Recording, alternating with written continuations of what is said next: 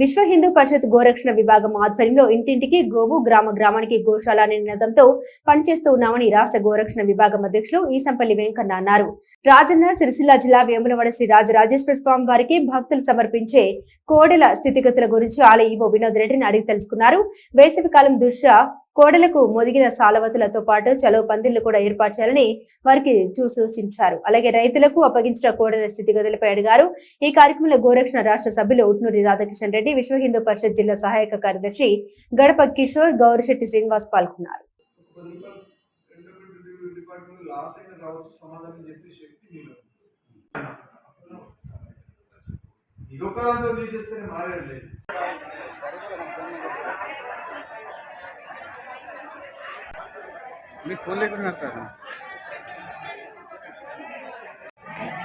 గావు విశ్వస్య మాతరం. యావత్ భారతదేశంలో నేడు గాయకు బచావ్ అనే నినాదంతో విశ్వ హిందూ పరిషత్ గోరక్ష విభాగం వారు ప్రతి గ్రామంలో ఇంటింటికి గోవు, గ్రామానికి గోశాల అనే నినాదంతో విశ్వ హిందూ పరిషత్ గోరక్ష ప్రముఖులందరూ కూడా పనిచేస్తున్నారు. దాంట్లో భాగమే కోడెల రాజన్న వేములవాడ రాజరాజేశ్వర స్వామి ఆలయంలో ప్రతినిత్యము కోడెలు గానం చేయడం జరుగుతూ ఉంటుంది. ఇక్కడికి భక్తులు ఎంతో ప్రేమగా తను ఆరాధించే మాతను, గోమాతను తీసుకొచ్చి రాజరాజేశ్వర స్వామి ఆలయానికి అప్పగిస్తున్నారు.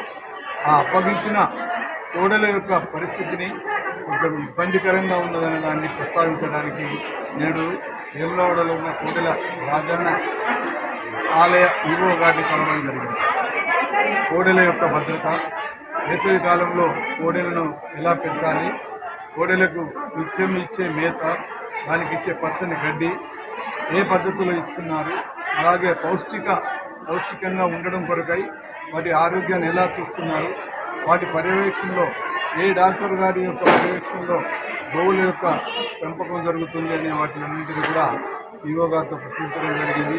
ఈవో స్పందించారు. తప్పకుండా వేసవి కాలంలో గోవుల కొరకు పచ్చిదానా వేస్తామని, పౌష్టికాహారం అందిస్తామని, గోశాల కొరకు ఒక 3 క్లర్కులు, ఒక ప్రత్యేకమైన అధికారిని నియమించామని, గోవులను మంచిగా చూస్తామని చెప్పారు. కానీ వారు చెప్పిన దాని ప్రకారంగా గోశాలలో ఆ పరిస్థితి లేదు. ఆ పరిస్థితి తిరగంచడం జరిగింది. దాన్ని సరిచేయమని చెప్పి కోరాము. దానికి వారు స్పందించి సరిచేస్తానని చెప్పారు.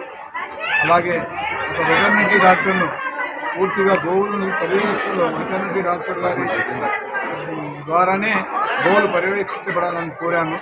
అది కూడా ప్రయత్నం చేస్తామన్నారు. పై అధికారుల యొక్క అనుమతితో ఆ పని చేస్తామన్నారు. అసలు పెంచేదే కోడెలను పై అధికారుల యొక్క అనుమతి అవసరం లేకుండా ఈవో గారు స్వయంగా నిర్వహించి వెటర్నరీ డాక్టర్ని పెట్టి గోవులను సక్రమంగా చూడాలని చెప్పి కోరడం జరిగింది.